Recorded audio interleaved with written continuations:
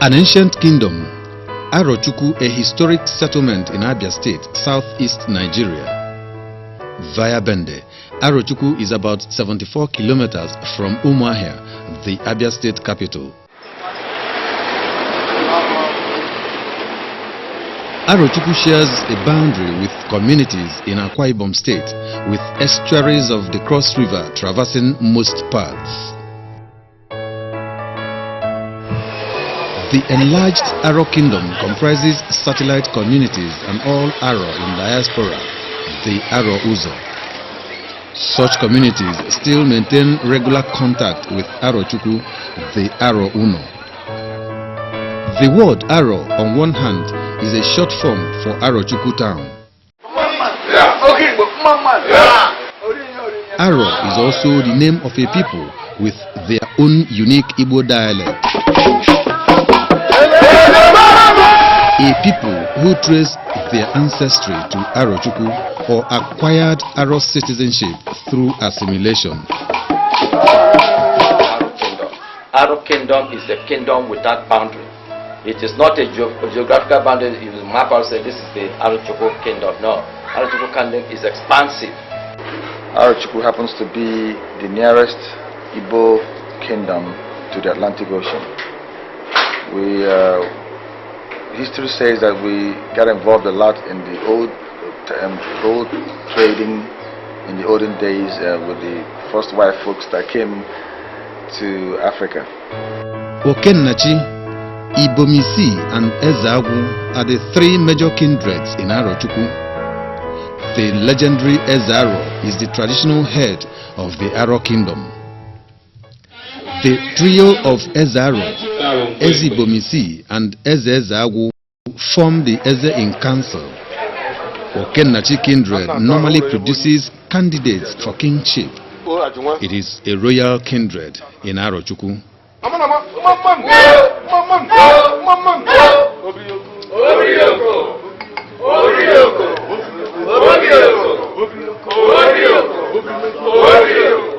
By virtue of providence and circumstance, a great-granddaughter of Mazin Nachi, the founder of the present Aro Kingdom, was made a ruler over the kingdom. Nene Mbokwo Udo Omini Okennachi ascended the throne as the fourth Ezaro and wore the coveted crown as queen for 26 years. The Omwaro is a national insignia of the Aro Kingdom. It occupies the position of a coat of arms for the people. Articulated in 1902, ever before its Nigerian equivalent, Omwaro was formally established in 1948, a concept put together by an Aro nationalist, Mazi Dikuche. Omwaro symbolizes a means of interpersonal communication. It also carries communication between one kingdom and another. Its major metaphor is the Omu, that tender leaflet of the palm tree. The Omwaro also has as its component instruments of war, strength and doggedness. We are not necessarily war-fighting community, no, or war-fighting kingdom, no. But we were armed. We have soldiers and represented by our neighbors from Abam, from Ohafia, and by extension Ada. And these arms are stored and armored in our place called Arochukwu. The eagle atop the Omwaro coat of arms is a major symbol of peace, wealth, prosperity and supremacy of the Aro Kingdom, a royal community occupying exalted position in the global Igbo race. Arochukwu is a kingdom. And our kingdom, in every kingdom, you know that kingdom is symbolizes by a stool and a crown. You could see here, and this our coat of arms is surrounded by the kingdom, representing from both sides a message from one kingdom, from one king to another. We respect traditional institution, and that shows us having the crown by the side. Like the ancient Egyptian hieroglyphics and the old Assyrian cuneiform, the Nsibiri symbols and signs remain the earliest form of writing among the Arab people. This is a picture representing a word, syllable or sound. It was a form of communication made through signs, body gesture or drawing. It was esoteric and strictly reserved for only those who really understand the art and its meaning. The ancient art of Nsibiri is presently represented in a special textile designs identifiable with the Aro people. It is still infused as an aspect of their art, their national identity.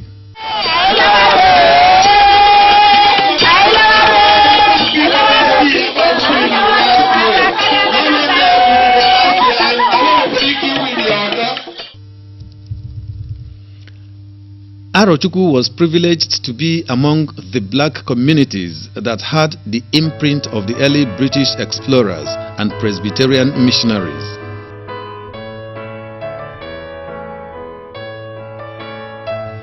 In a serene environment overlooking the now Arochukwu Local Government Council Secretariat, situates this colonial building.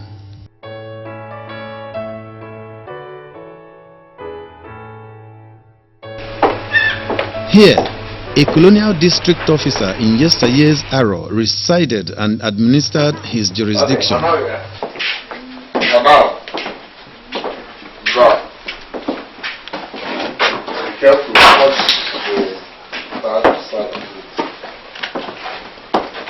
The chalet floats on air except for piped pillars bearing its weight. The stairs give it the look of a story building. It has features that any home has, with furniture pieces, convenience and other decors and props. The environment surrounding the building exudes age, passage of a long period of time. The carcass of this truck, whose brand, model and year of manufacture are only better imagined, and the growth track of this tree confirm that years have really gone by. These water reservoirs are simply ancient. They surpass what today serves as reservoirs in homes and offices for both domestic and commercial uses. They are still holding water.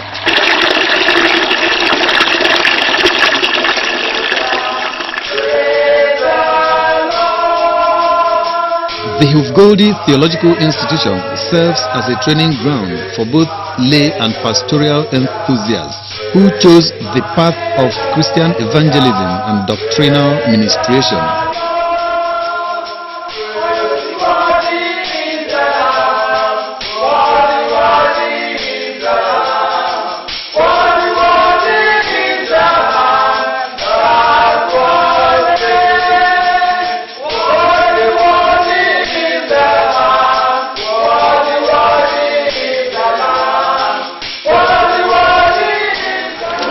Produced men and women of high caliber that we find many places in Nigeria serving the Lord and humanity. And of recent, this place has been raised to the status of a degree awarding program, both degree in divinity and religious arts. With the backing of the Presbyterian Church, this institution provides teaching and learning processes and materials in quite a serene environment that enhances this objective. The library stocks and maintains research materials to aid those who need them in their chosen career.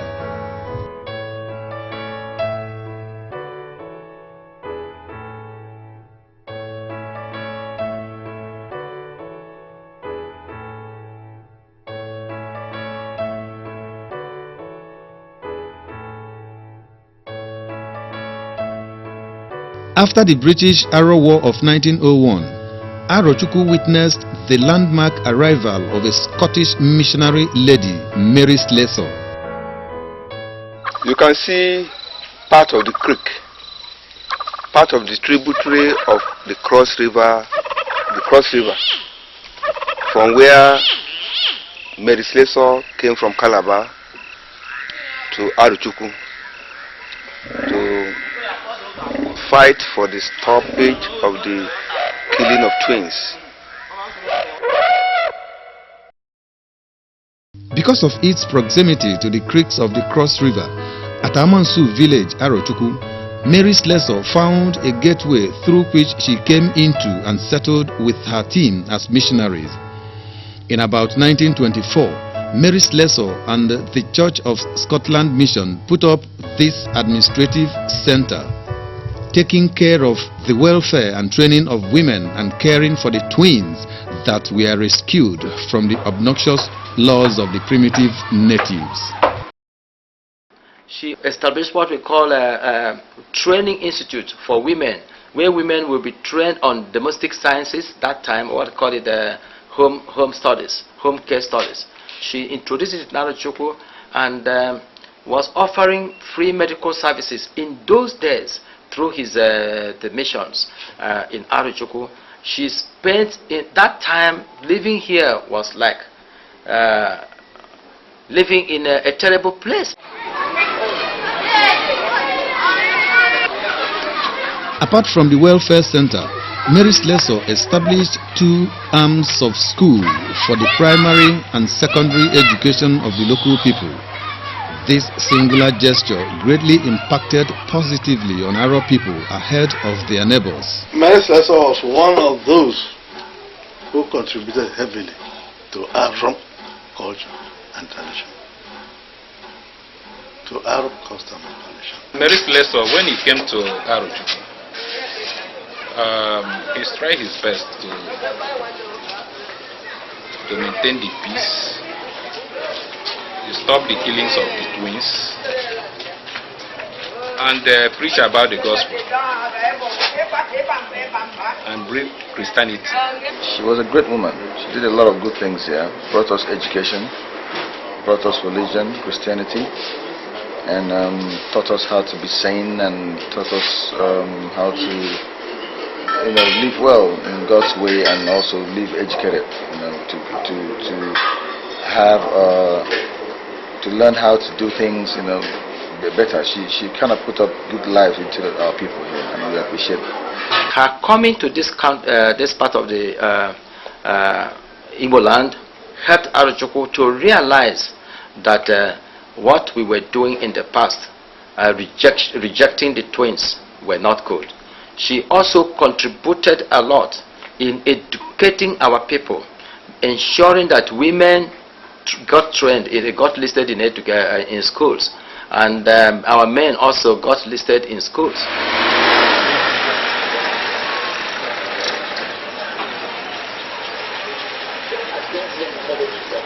Mary Slessor's humanitarian roles made her a hero among the Aro people. Her native land, Scotland, appreciated her efforts and contributions to the people of Arochukwu and southern Nigeria. Slessor's portrait adorns the Scottish £10 currency note. Beyond this, a representation of the areas she covered in carrying out her good works, including Arochukwu, remains visible at the back of the same currency note as one of its features. Ujari is one of the historic villages in Arochukwu. Originating from the legendary Eje, Ujari and other communities like Ajali, Ufuma, Ndike and Ndiopaleke in neighboring Anambra State came into existence as human settlements. Had 2 sons. The first son is Okwereke Eni. The second son is Oti Eni. Eni Mborola settled in Ufuma in Anambra State. His first son, Okwereke, founded a settlement called Indi Okpaleke in Anambra State. Then his son Oti had a son called Ojioti. It is Ojioti that founded Ajale after the defeat of the Akpo people. Now, Ojioti had a very successful son called Okoroj. There are links connections and historic evidence of such primordial relationship. Igbo Eze Nwaka Akpo, 17th century, when the descendants of this village went to Anambra and fought with the Akpo people over Ajale.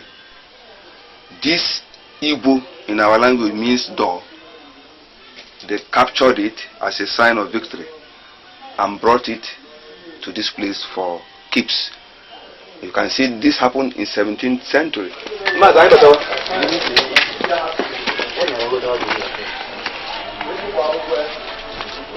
This is the residence of Okuroji, a descendant of Eje. This structure now houses monuments and artifacts of history. The chains, shackles and manacles of the infamous slave trade, considered to be a major venture in primitive Africa, are deposited in this house, now a museum. Okoroji was said to have participated in that trade that demeaned humanity as a business in yesteryears.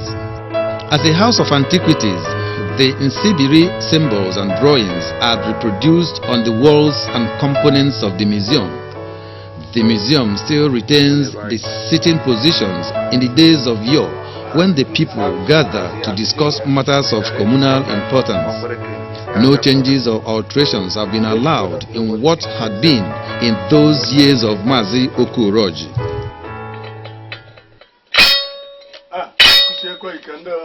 Maman, yeah.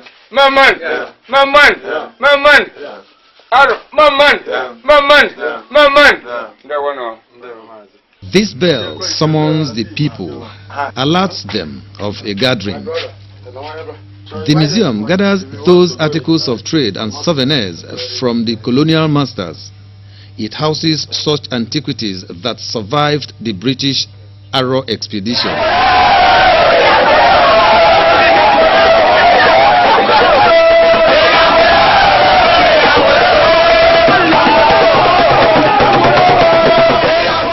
The annual Ikejiaro Festival is a diversified cultural event that binds Aro people.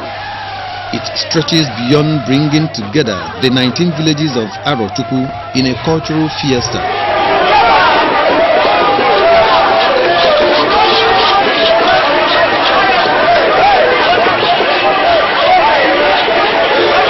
Communities and towns that have links with the Aro Kingdom find in Ikejiaro the opportunity to mingle with their ancestral root.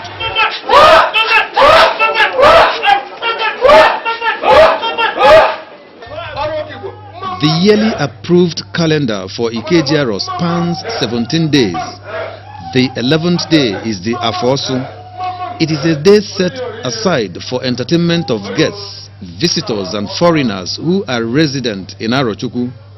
The ceremonial venue is the palace of the Ezaro. But I've also had always been a part of Arochukwu Ikeji, but not for this visit. The Nkwebe Ibomisi, the 12th day of Ikejiaro, is the day of retreat at the central square at Oguibomu.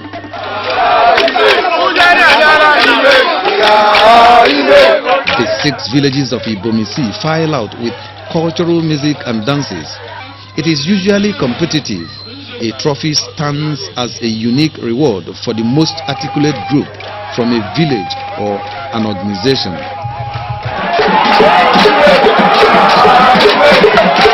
A unique aspect of Nkwebe Ibomisi remains the traditional wrestling bout among youths. Muzzles are flexed, challenges thrown, opponents dead, weaklings floored.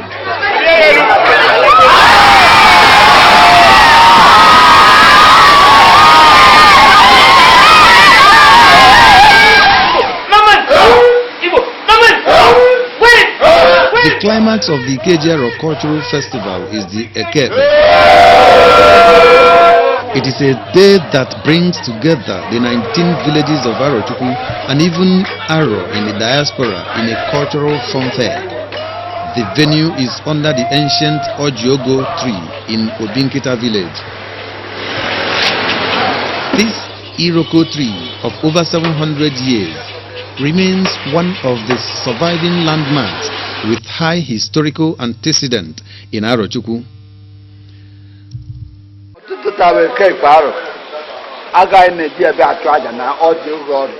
These elders believe that Ikejiaro culture is an inheritance from their forebears. Their firm promise and undertaking remains to perpetuate and hand it down to generations unborn. They take care of the traditional rituals. Ikejiaro means quite a lot. We have 17 days in Ikeji. And within the 17 days in Ikeji, I will make sure that Warrior is buried.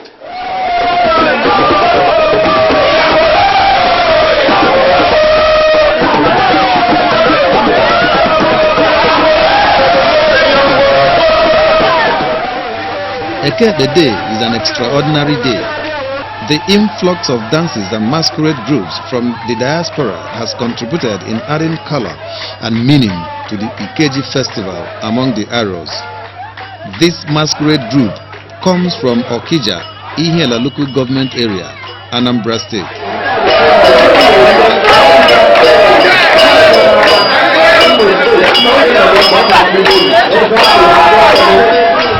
The Ikejiaro festival is the Aro version of the New Yam festival common to the Igbo race. The focus of the festival remains the tuber crop known as yam. Among Igbo, yam is celebrated as a life-sustaining food.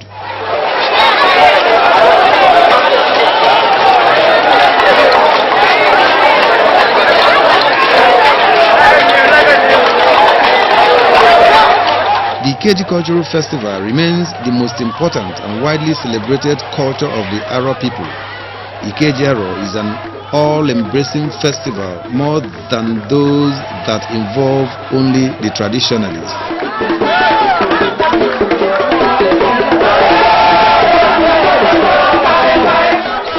Another purpose of the Ikejiaro, apart from bringing together all Aro from far and near, is to honor Osim Nnamdi, a hero and war leader who died in battle.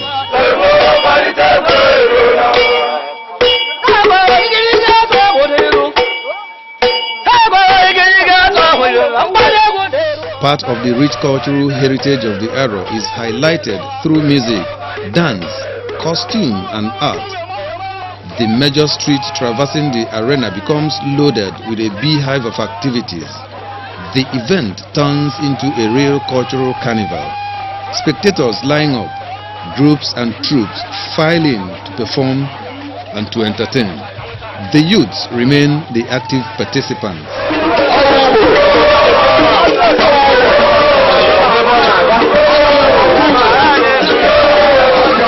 Their belief is that while the elders are responsible for the rites and rituals of the festival, the vibrancy, agility and active participation it deserves remain the function of the younger generation.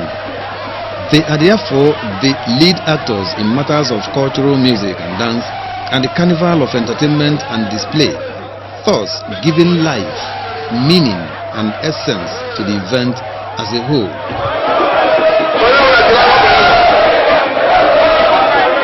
The Ikejiaro festival has been with the Arochukwu people. It will remain with them. Its unacceptability by the Christian faith simply calls for positive changes and reformation. This, if successfully achieved, removes its ritual, fetish and animist tendencies, making it the real general tourism destination from the historical Arochukwu, southeast Nigeria.